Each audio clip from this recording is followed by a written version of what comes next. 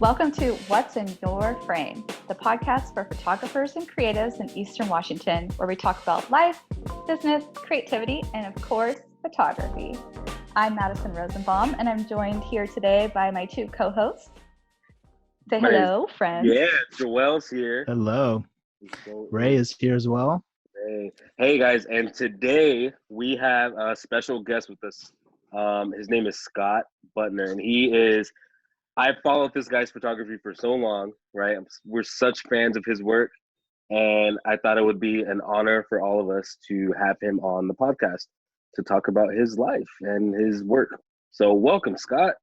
Yes, welcome. Thanks. Appreciate it. Yeah, man. Glad to be here. Oh, yeah, thank you. So I guess the first question we want to ask you, right, and it could be as loaded as you want it to be, because this is your episode. This is Scott's episode. So we Right. want to know kind of how you got started with photography. Oh, so you got to go back a little ways, and you got to go way back. Unlike a lot of things in my life, I can actually pinpoint a date, an actual day when I got my hands on my first 35 millimeter camera. Wow. It was June 28th, 1967. The date. And I know that only because it was on my 9th birthday, and I have no idea why my parents decided to get me a used 35 millimeter camera for my birthday present. Yeah. Other than the fact that at the time that that was going on, my mom was a cop in the city of Everett, and one of her jobs was to go around to all the pawn shops looking for stolen stuff. And I'm sure she was at work and thought, oh crap, it's Scotty's birthday, I better buy something. And so, it could have been a wedding ring, it could have been a guitar, or it could have been a revolver, but nope, it was a camera. It was a camera. Well, and it was a Petrie 7S for any camera nuts out there, 35 millimeter rangefinder camera. That was my very first camera, and even though I had never asked for a camera before that, I don't think over the next 10 or 15 years I went more than a day without having a camera in my hand. So wow. So you started young. How fortunate. That's very great. Yeah. And so from there it was just sort of hobby stuff and taking pictures of everything I saw up until I got to high school. And when I got to high school, they needed a photographer for the yearbook and the school newspaper. And because I'd been taking pictures half my life by that point, it was pretty easy to do that from freshman year all the way through. And that gave me lots of experience. Just, free film every day and free access to the darkroom for 4 years. It was a great learning experience. That's amazing. It's cool to hear you mention that. I took photography in high school back on old Pentax SLRs, and I wondered if you'd spent a lot of time with film and whether you miss the darkroom these days. I guesstimate that I probably did pretty close to 1 million frames of 35 millimeter film over my teen and early 20 years. That is extraordinary. Because I literally did have free access to film all 4 years in high school. And then when I graduated, I was sitting around. No one in my family had gone to college. And so it was kind of like I didn't know how to go or how to apply or anything. I was sitting around trying to decide what I was going to do with my life. About a week after graduation, and I got a phone call from a local photo studio over in Everett. And it turns out that the manager of the studio had been watching my pictures in the yearbook because his kids were classmates of mine. Nice. And he said, "You want a job?" And I jumped at it. Originally, they hired to train me as a senior portrait photographer, but I was so terrified around girls. And half our customers were girls my age, so they said, well, maybe we'll have you do something else for a little while. And that's how I lucked into spending 2 seasons working for the Seattle Seahawks as team photographer, because that was one of their contracts. And so they did all the photography for the Sounders and the Seahawks. And that was a great alternative to learning how to do studio photography, although I did pick up some studio tricks along the way. So what year was that? What year did you start shooting? That would have been 1976. 76. Still very much in the film era. Okay, yeah. At the time that I graduated, I had a couple of Pentax Spotmatics, no exposure meters in them. Had a separate handheld meter, so everything was manual. Focus and exposure and everything was all manual back then, of course, which is why I kind of laugh when people act like it's some big accomplishment now. Yeah, Right. it is. I mean, try taking pictures of the Seahawks in the dark, dank Kingdome, Oh my goodness. with manual focus and trying to keep up with the focus on that. I couldn't do it now. My eyes aren't good enough, but Okay. I was glad for the experience.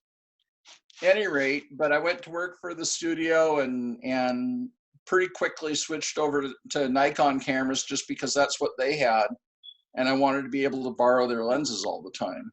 Yeah, smart man. And they had better lenses than I could afford at the time, so it was a worthwhile trade-in of bodies. Yeah. Do you think that I guess do you think that you shooting on film first before the switch to digital helped your game out? Let's say that you didn't start photography till like now when digital photography came out. Right. Do you think that you shooting film first made a major impact on the way you shoot on digital cameras now? Maybe. I think it got me into like the zone system that Ansel Adams and Minor White wrote about, which was a very I kind of was a science nerd as well as a photographer, and so it was a very scientific approach to exposure, and I think that influenced how I look at photography. I tend to not embrace rough or sort of quick and dirty kinds of shooting. I appreciate a lot of it, but for me personally, I like photography that is, technically at a pretty high level in terms of technical quality, both in terms of exposure and sharpness. So, don't show me a bunch of blown out highlights unless you tried to do it intentionally. Right. And so often, I think people didn't. So maybe film did that for me a little bit. A lot of people talk about, the discipline of film because film's expensive. And so you have to be careful with the number of frames you shot. But that was never my experience. Both in high school through the yearbook and working as a professional, other people were always buying my film and paying for it. And so for me, racking up a big frame count was the biggest problem. Was it just meant more darkroom work later on. Yeah. And wasn't necessarily a big expense. So I was kind of fortunate in that regard. I never learned that discipline of having to take each frame separately.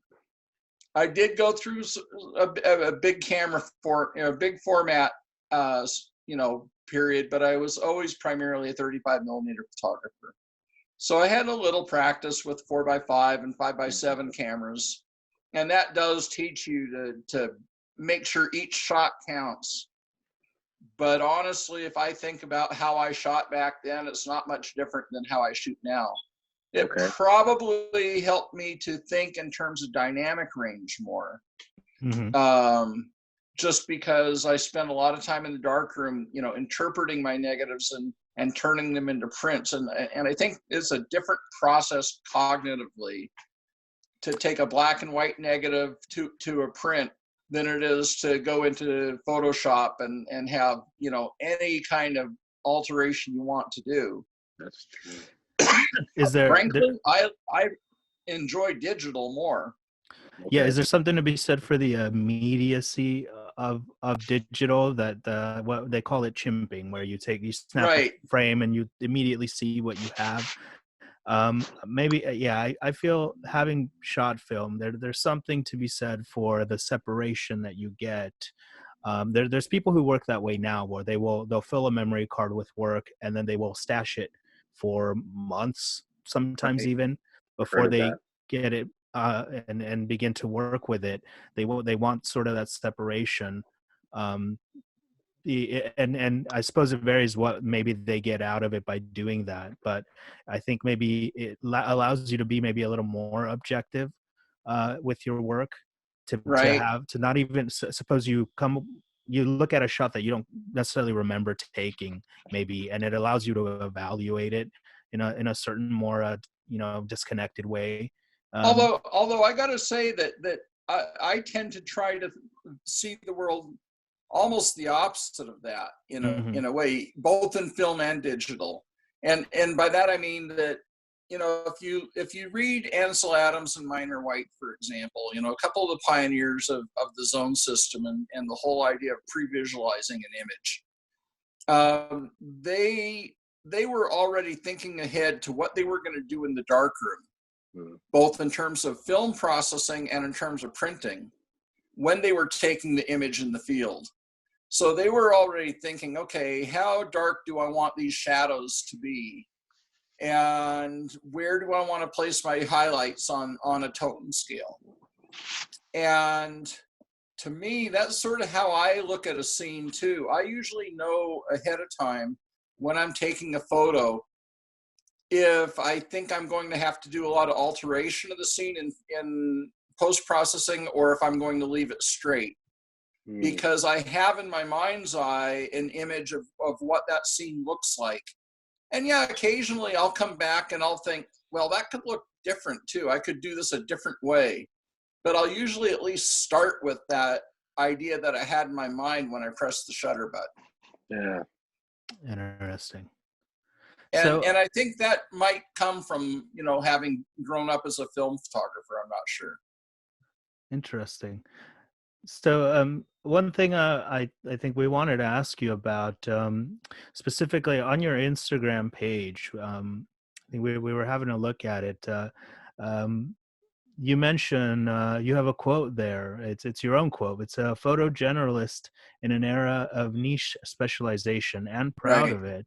That's I think that's a very interesting idea, because I think photographers, especially people who are beginning in these days, are kind of hammered with that you need to specialize. You need to find the one thing that it is that you can dedicate yourself to. And if there are other types of photography, let's say you shoot landscapes, but you want to dabble in portraits, that you almost need a separate social media feed to post those portraits. That's apart from what you are known for doing. And that's sort of taken as gospel these days. I find it very interesting that you are not only not in that camp, but you're proud to not be in that camp. Can you speak to that a little bit? Flipping the middle finger at it, actually. Yeah, I mean, but the truth is, so in between, the end of my first photo career back around 1979 or 80, because I lasted as a professional photographer for a few years, but although I was, doing pretty well, I realized that I wasn't going to be on the cover of Sports Illustrated anytime soon. Furthermore, I just had no idea how to make that transition from, a moderately successful photographer working for an NFL team to how do you get to be one of the chosen few that was, always on the sidelines at every event and shooting for the big sports magazines. And I just had no idea how to make it. It didn't seem like I was making progress towards that, and I didn't have any clue how to do it. Yeah. Mm-hmm. And frankly, I got bored too. I have a short attention span. That's another thing that's behind that photo-generalist thing. Now, let's be honest, it's less a matter of philosophy, it's more a matter of personal character. I can't stay focused on one thing for too long. But, I spent 30 years working as a research scientist in between my first photo career and my current one. Wow. And even in my research as a scientist, I was pretty much a generalist. I would pick up an idea and run with it for 5 or 10 years.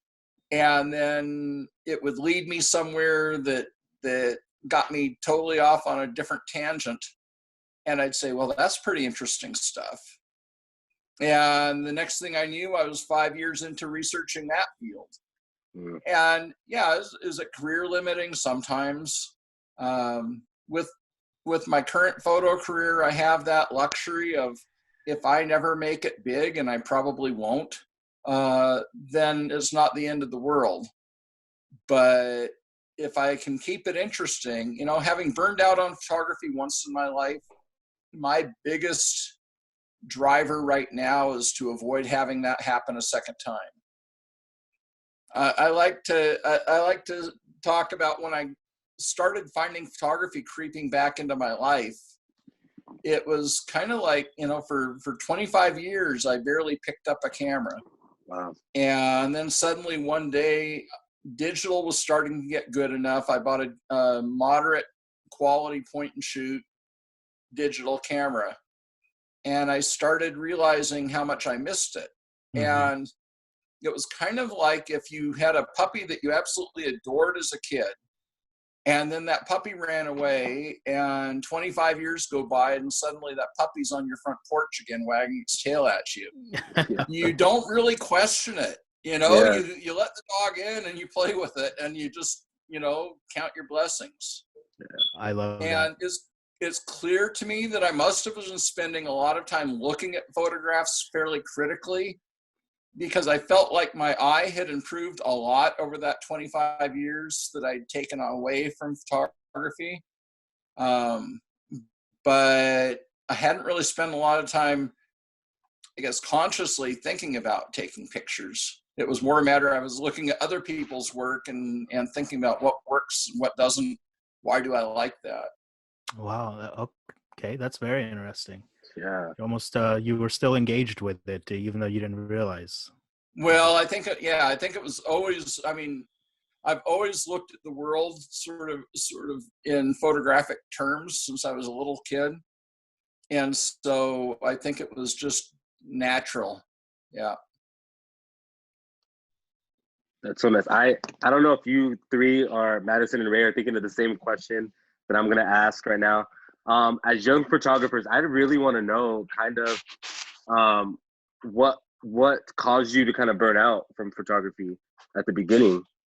If you don't mind going into that a little bit. No, that's fine. That's fine. I wish I had no one's asked me that question before, and I wish I had a better answer for you. But I think it was a combination of things on the field and that kind of thing.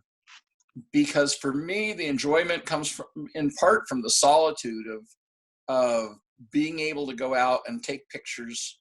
And that's not entirely true, because, I mean, if you look at my portrait work, I love doing portraits too, but it's, again, a very intimate interaction with the subject. And it's not something I like observers on. It's not something that where I like to be social about it. And it's not that I'm an antisocial person too much. It's more that for me, photography itself is a very solitary act. Right. And that's hard when you're starting a family, or when you're early in your life. I was going to school at the time, to University of Washington. But I think also it was the nature of the business I was in, the part of photography I was in. I was shooting 5 or 6 high school football games every weekend for the studio I worked for. And then I'd shoot the Seahawks or the Sounders on Saturday or Sunday. And, you know, maybe some background shots or some school dances or whatever the rest of the week. And it just became very redundant and repetitive. And the kind of portraiture that we did was pretty much production line portraiture as well. Okay. And the lighting never changed. The setups rarely changed. So there just wasn't anything in it for me creatively. And back then it was much more common that you would work for a photo studio than you would work for yourself. You know, these days almost everyone is a one-man operation, a one-person operation. Yeah. And I think that's sad, because you miss that opportunity to get the daily mentoring of someone who's done it twice as long as you have. You miss the separation of the division of labor.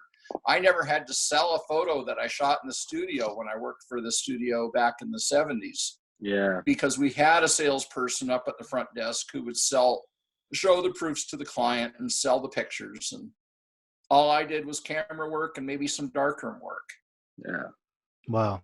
Yeah, that's it is a different world, I think, even just from when I was first learning, and it's interesting. I had I had a teacher at school, so it was something of a mentor. He sort of he used to say things like that, and especially he was also very big on the technical aspects of photography, and I think that was just so much a part of it back then. You couldn't Right. escape it. It was part of photography, having to learn all those things and all these different rules, because unless you really had access to a darkroom, most of what you did, you had to do in camera.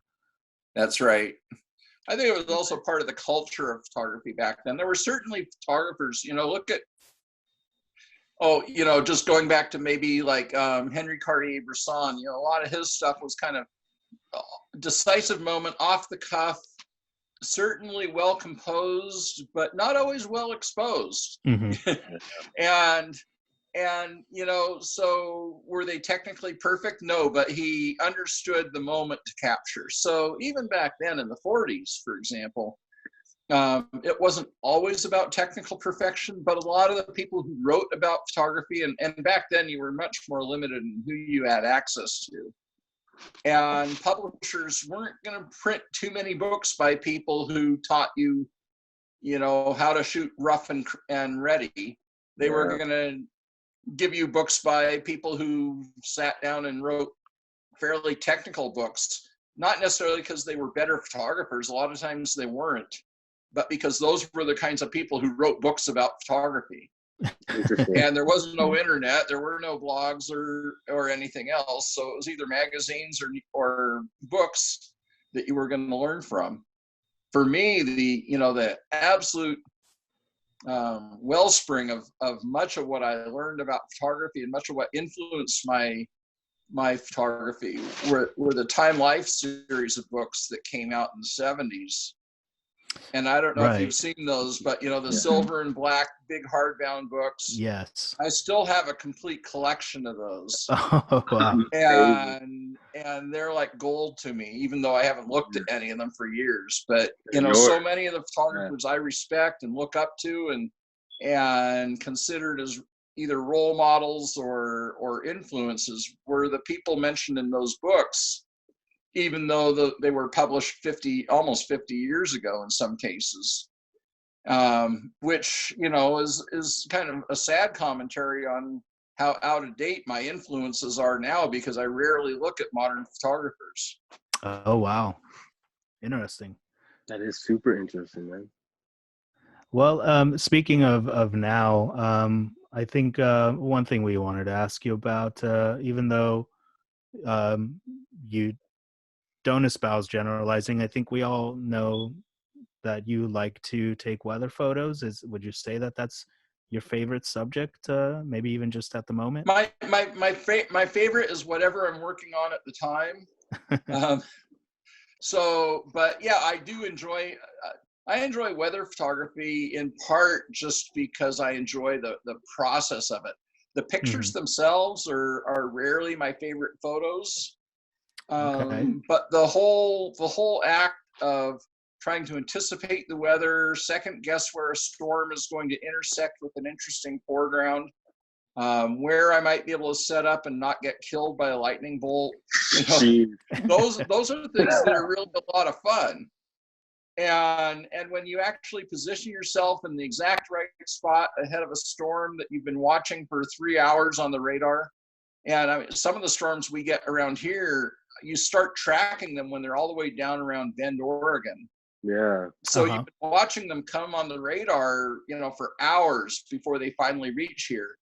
And if you manage to put yourself exactly where you wanted to see them, then that feels like a really great thing. But, I also, so the funny thing is, remember I said I was one of the shyest guys and that kept me from being able to do photography of high school senior girls in the 70s. The ironic thing is these days, one of my favorite sidelines has been to do figure photography. And I probably shot more nude photos than, I ever envisioned there were even nude people when I was a teenager. And partly because I found that I have a pretty good sense of how to light people. And my posing is not as good as I'd like it to be, but I have a good sense of lighting. And I find it really odd, but apparently I put people at ease a little bit in the studio, which is really important for people who, have barely posed in front of a camera before, much less nude. Mm-hmm. Yeah. But I started that as a project for the local roller derby team, who kind of dared me to shoot some pictures for a calendar project that never happened.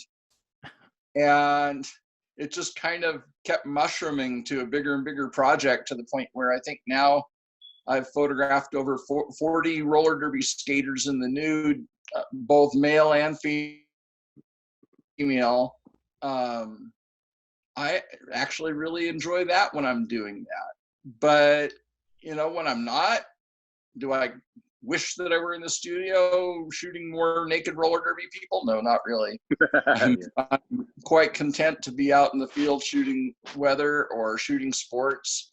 I mean, when the Sounders call me up and ask me to shoot a game for them, I still jump at the opportunity, even though they don't pay enough to make it worth the trip to Seattle.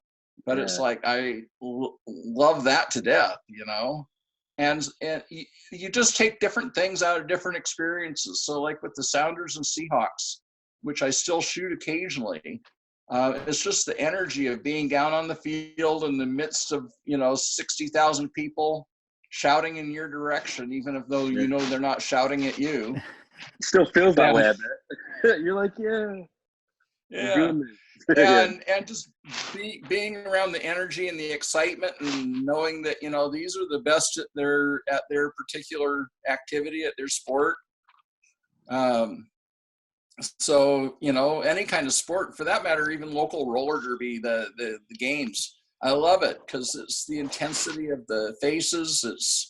It's people who don't consider themselves athletes getting out there and knocking each other around for a couple hours. And I don't know, there's just something I enjoy about, I try to find something I enjoy about just about every kind of photography. There are a few things I don't like just because it's too routine. I like architectural photography, for example, but I can't bring myself to stick with real estate photography. Even though that's where a lot of money is these days professionally.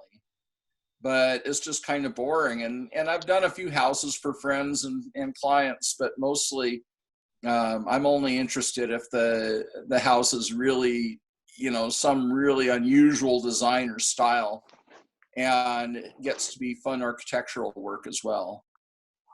And then they don't usually want the creative stuff. They want the stuff that will sell their house. Right. No nudes in the house for the photos. Although I have done them in wheat fields with lightning storms in the background. So. Oh, that's so cool. What are you shooting with these days? And you mentioned lighting too. What are you lighting with? So it depends. I mean, my landscape work obviously is almost all natural light. I'm still shooting Nikon gear. At this point, I wouldn't consider myself a brand loyalist so much as a captive of too many lenses. Right. And I have no real gripes against Nikon. I do have sometimes an overstated preference for traditional DSLRs instead of mirrorless cameras, which marks me as an old man. But that's partly because I feel it's kind of like the reason that people still listen to vinyl and insist on tube amps when they listen to audio. Right. My ears have been shot for so long because I do a lot of concert photography too, and too many years of standing in front of speakers at heavy metal shows have pretty much ruined my ability to hear the difference. But there's a psychological part of hearing and listening that they say makes a difference. for me, it's the same thing with an analog viewfinder. Mhm. I've tried some of the digital cameras, and I just cannot get the same sense of connection to my subject matter by looking at an electronic viewfinder that I feel when I'm looking through glass. Right. And that's entirely in my head, I'm sure. But since that's where pictures are created to a large degree, then why discount that? Yeah. As far as lighting gear, when I actually do studio stuff, still I don't have a studio any longer, so I kind of beg, borrow, and steal studio locations. I'm usually shooting with alien bees, and I've got a couple of just simple 600 watt second lights and a battery pack for them. I rarely take them out in the field, but occasionally I'll do that. I'm not always a real big fan of the outdoor mixed lighting look. There are some people who are really good at it, and I admire that and respect it, but it's not a look that I personally like too much, with a few exceptions. So what's his name? Is it Joel Grimes, I think? That's the portrait photographer, shoots a lot of rappers and athletes. Yeah. And I actually took a workshop from him on his lighting techniques. Nice. It turns out that most of his backgrounds are actually added in post-processing. Is that right? Okay. But he lights very dramatically, and it's a cool look. But the first thing I realized when I was taking his class was I don't want my pictures to look like he took them. So I wanted to learn how he did it so I could use that as a jumping off point. But I really haven't gone back and tried to emulate his lighting much since then. In fact, I spent the second day of the course, which was the hands-on portion in the classroom, where we're all supposed to step behind the camera and take pictures like Joel takes. I actually snuck out at a coffee break and ended up shooting pictures in a parking garage across the street. Nice. Rebel. So, dude, I've been a photographer 20 years longer than you have. I'm sure I can learn stuff from you, and you make $500,000 a year at it. But I'm still going to do my thing. Yeah, exactly. Exactly, man. Yeah. I want to switch gears a little bit. You've been talking about event photography a lot, and right now during the pandemic, there are no events to attend, sporting events, and I'm just curious, like for creatives and photographers, what are the little things that you can do every day to just show up if you're not feeling motivated, or to even create during the time of pandemic if you don't have access to your typical subjects or locations, even for that matter? Right. Well, so I have violated some of the quarantine rules to a certain extent, in that I have taken a couple of road trips when good weather pops up, and I'll put 200 to 400 miles on my pickup truck, and I'm the only person for 10 miles around in most of the places I go shooting. So I don't feel too bad about doing that. So that part of my photography really doesn't go away in the current situation. I thought about, kind of climbing on the bandwagon with some of these walk around the neighborhood and shoot portraits of your neighbors projects. I really like those. And if I had thought of it early enough so that I felt like I was adding something to it, I might have done that. Yeah. But by the time it occurred to me, so many people were doing it, I just didn't. First of all, I didn't want to send that message that, those rules are only for people who follow rules. And secondly, I didn't know what else I would be adding to the project. But, as my garden, I have a flower garden in the yard, and every year I make a project out of photographing whatever pops up in the flower garden. And so as new flowers arise, I go out and I photograph those. Pretty soon my lavender will be blooming enough that I can spend a day or two or a week, as it usually turns out to be, laying on my belly taking pictures of bumblebees and honeybees all day. Yeah. That's handy to grow your own subjects. Yeah. Exactly. And then, as I mentioned earlier, I've got almost 2 million photos sitting on hard drives in my office. And there's a lot of stuff from the last 10 years that I've been going back and revisiting, and sometimes just organizing. And so I'm trying to consolidate all my landscape pictures onto a single hard drive instead of the 27 that they're on right now. But occasionally I'll run across a picture that I'd totally forgotten about, and my processing style has changed a lot in the last 10 years. Yeah. So I'll go back and I'll rethink how I process that image, and sometimes it'll be an improvement, sometimes it won't. But that's one of the nice things about digital, is that it doesn't hurt to experiment. It doesn't cost you much. Never hurt anything to do it in the darkroom either. Very few of the projects I had in the darkroom were destructive. There were a few, but for the most part, it's much easier to re-envision an image now than it was back then. When was the last time you photographed with film? Oh man, probably 2003. I took a trip for work. I was actually giving a talk on sustainable technology at a NATO conference in Slovenia, and I still had my Nikon FM.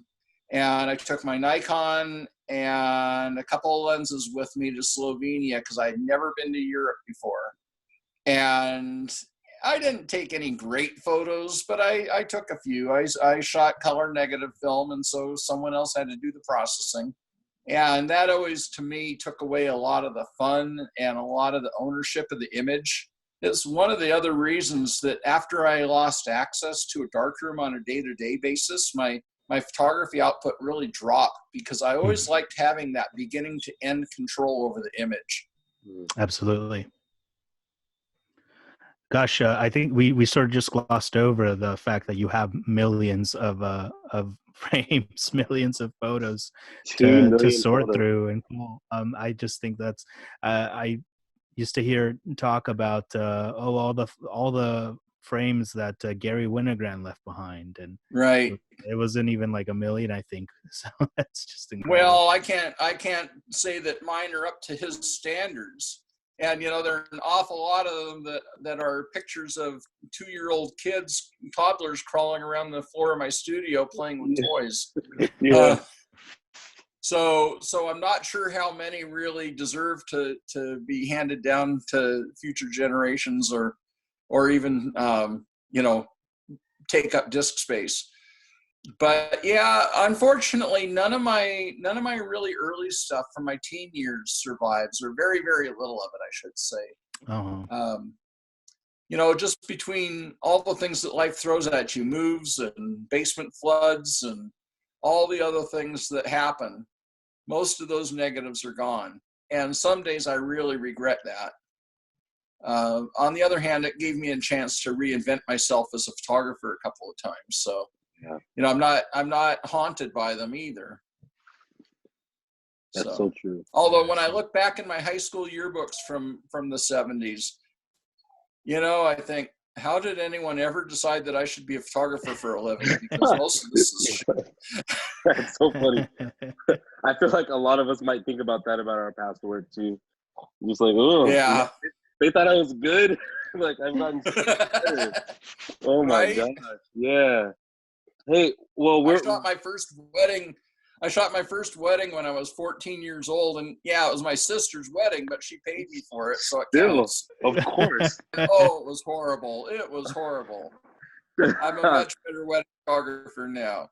Do you ever go back to look at those photos, or do you have them like, occasionally? I mean, as I said, not all of them survive. A lot of them don't survive anymore. Okay, but yeah, I do go back and look. I even have 2 photos from the very first year I had that camera that I got in 1967. Oh, that's awesome. And it's interesting because the pictures that I have from back then, although a lot of them, you can't even say that the word composition applies to them, but the ones that actually were good, It's interesting because there were certain compositional things that I started using from a very early age before I had any idea what negative space was, for example. Mm. And it wasn't until one of my students pointed out to me that, I was using negative space as a 9-year-old and intentionally having lots of empty black space in my photos to lead this eye to the subject. I thought, I guess you're right. That actually was a pretty consistent theme. You invented it. And it's still something I do now. So yeah. That's kind of funny to look back at some of those. I have a question for you as far as printing photos and things like that. I mean, can you speak on the importance of kind of photographers printing their own work and not just keeping them digital? Oh, do you have a preference?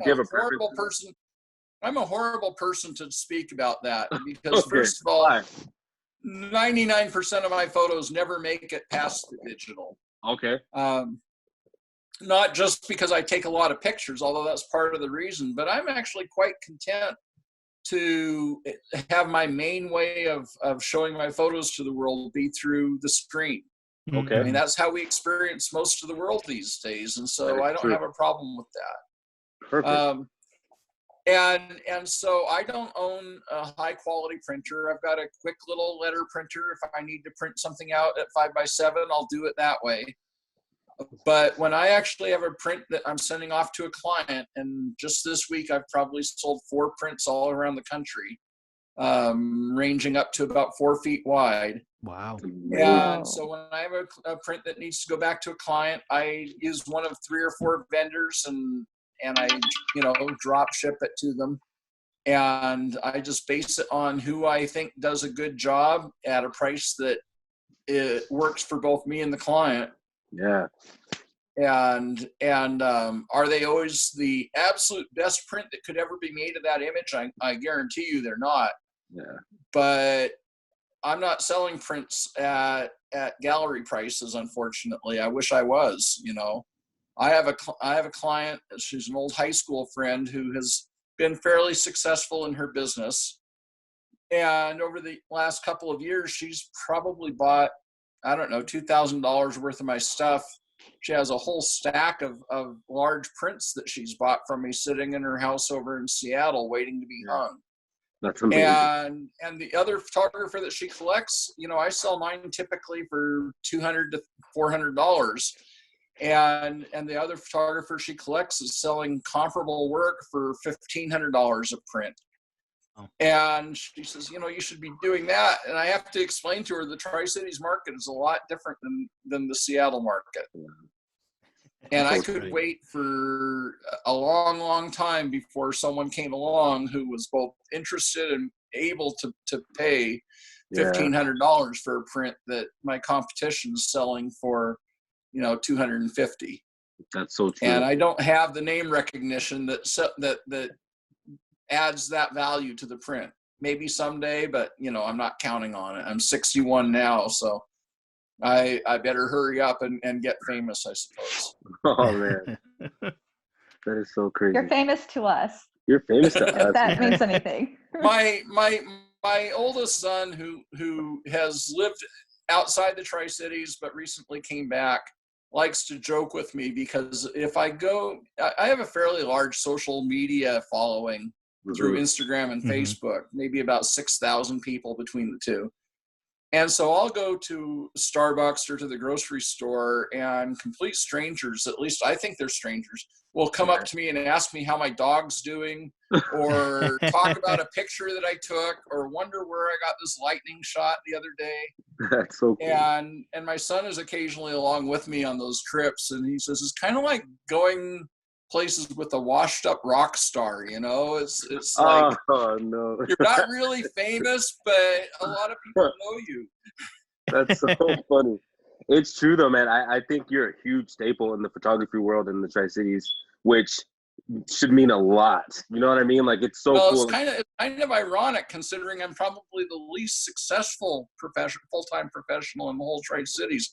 In fact, my most popular lecture is a lecture I've given 3 or 4 times now including at a couple of the high schools. Yeah. And it's entitled How to Fail at the Photography Business Without Even Trying. And it's all the things I've learned that don't work. And any of that you'd like to share with us? The kids actually seem to like it quite a bit because, you know, it lays it down for them. And there are a lot of ways to fail. I still enjoy myself. And for me, that's far more important at this point in my life. Because as I said before, I found that little puppy on the front porch. The last thing I'm going to do is let it run away again. Yeah. So I'm far more concerned at staying excited about photography than I am at getting rich from it. Although getting rich from it would be pretty cool. Yeah. But is there any go ahead. Sorry, any tidbit or two you can share from those talks that you've given at the high schools about how to fail at photography business? Oh, I mean, you know, believe your own hype, for example. Okay. You know, I watched the cycle so many times because people often come to me when they start getting serious about photography. And when I say they come to me, they'll send me a Facebook message or something and they'll say, "Can you give me some pointers?" And they almost always preface it by saying, "I don't want to be a professional. I just want to be a better photographer." That's so, yeah. And when they say that, I can almost guarantee that in 6 months, I'm going to see them starting up their own business photography page. And in a year, they're going to be out there advertising, a $50 mini session special. Yeah. And so I've seen that cycle happen so many times.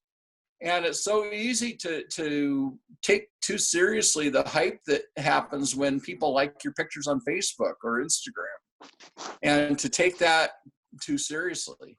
So that's one of them.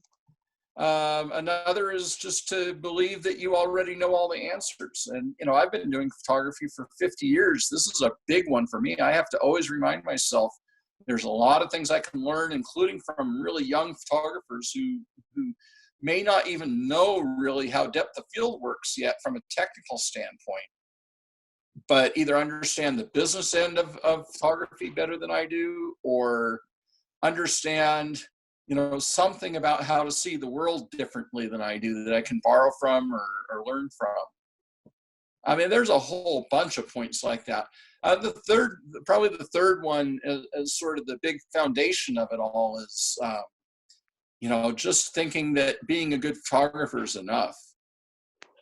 Because the people I know who are successful at photography were successful primarily because they understood the marketing and the business end of it first. And then some of them grew into becoming very good photographers, and others still kind of chug along being, frankly, in my opinion, mediocre photographers, but really good at the business end and understand how to market themselves, how to market their product, what it takes to actually make money on a transaction. You know, that's one of my biggest failings is underestimating my cost of doing business. And because I love doing it so much, I kind of shrug that off. But over the years, it accumulates. And all those shoots that you did as a favor or that you underpriced on, and meanwhile, you're burning through cameras at about one every two years or so. I'm on my, since I started again in digital, I've gone through a D80 and 97. So I'm on about my 6th DSLR body in the last 10 years. And I don't retire them till they hit about 200,000 images. So they're pretty heavily used by the time I'm done with them. It's not like I can sell them used for a lot of money. Mm-hmm. And that adds up after a while. Yeah. And yet, if you don't price it in, so, over time, I'm gradually learning those things, but I'm a slow learner when I don't want to. Yeah.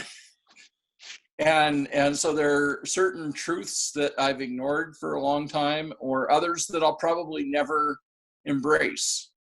Local photographers around here are big fans of the wall portrait concept, taught by Ken Whitmire before he passed away.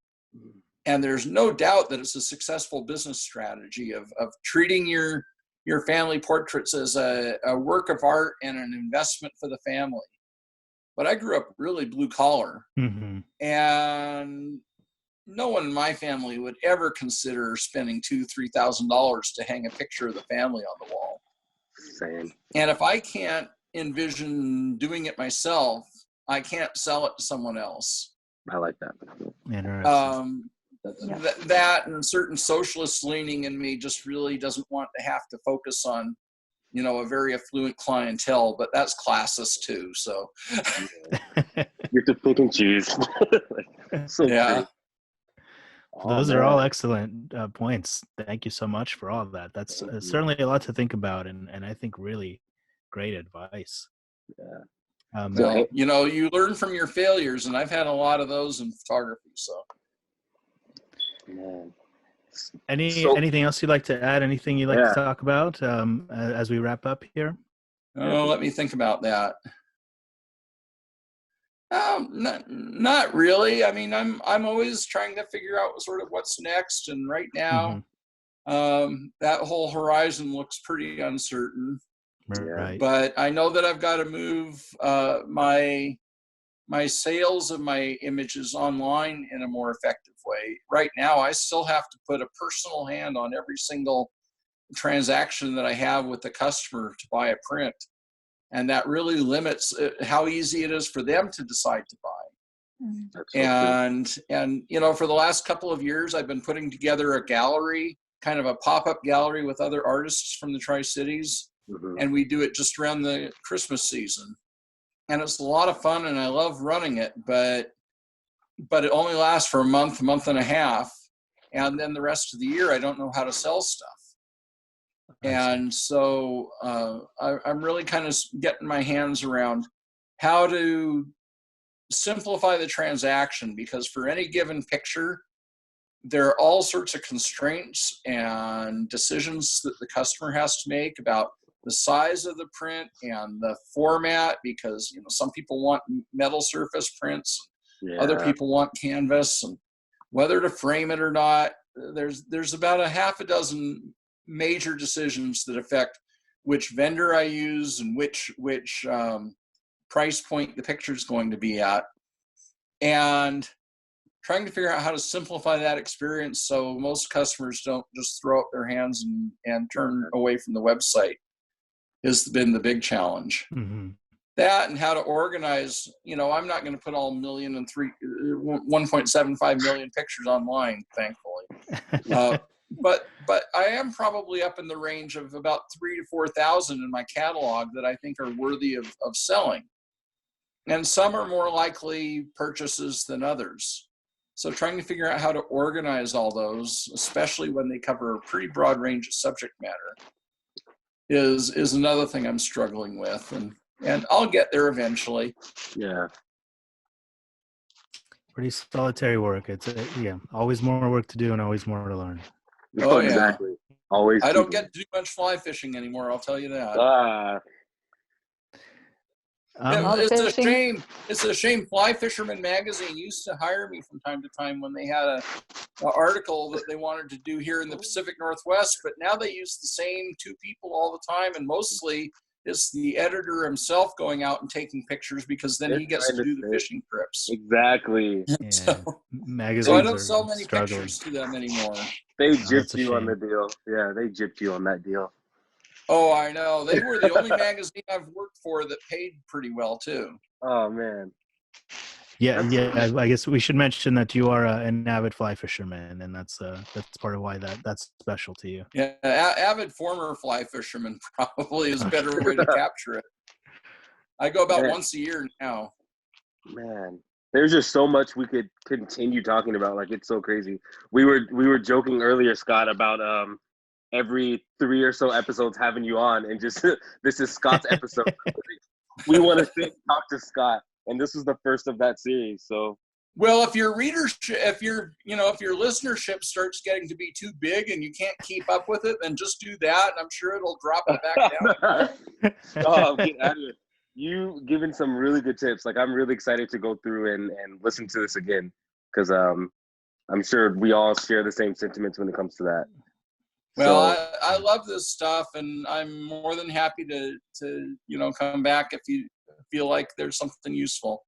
Certainly, When we we'd feel love like, that. yeah, when, not if, when. Yeah. You don't have so, hey, that's You know, one our, of my big passions is astrophotography, shooting nighttime Yes. stuff with That's stars in right. the Milky Way. You We did the would TED love to Talk get on into that too. Oh my Yeah. God. Yeah, we could always do one on that, because that's always my most popular lecture. When I give a series of free lectures at the Richland Library every year, Right. and sometimes at Mid-Columbia, Yep. and that's always the most popular talk out of the whole set. So I don't know anything about that, so I would love to sit and listen Me to that. too. Me too. That's gonna happen. So, all right. thank you for joining us, Scott. This Oh, is you're great. welcome. Thanks for having me. Thank you. This has been great. We will be back with you next time, talking about photography and everything else. So, see you guys next time. Bye bye. Thank you. Bye.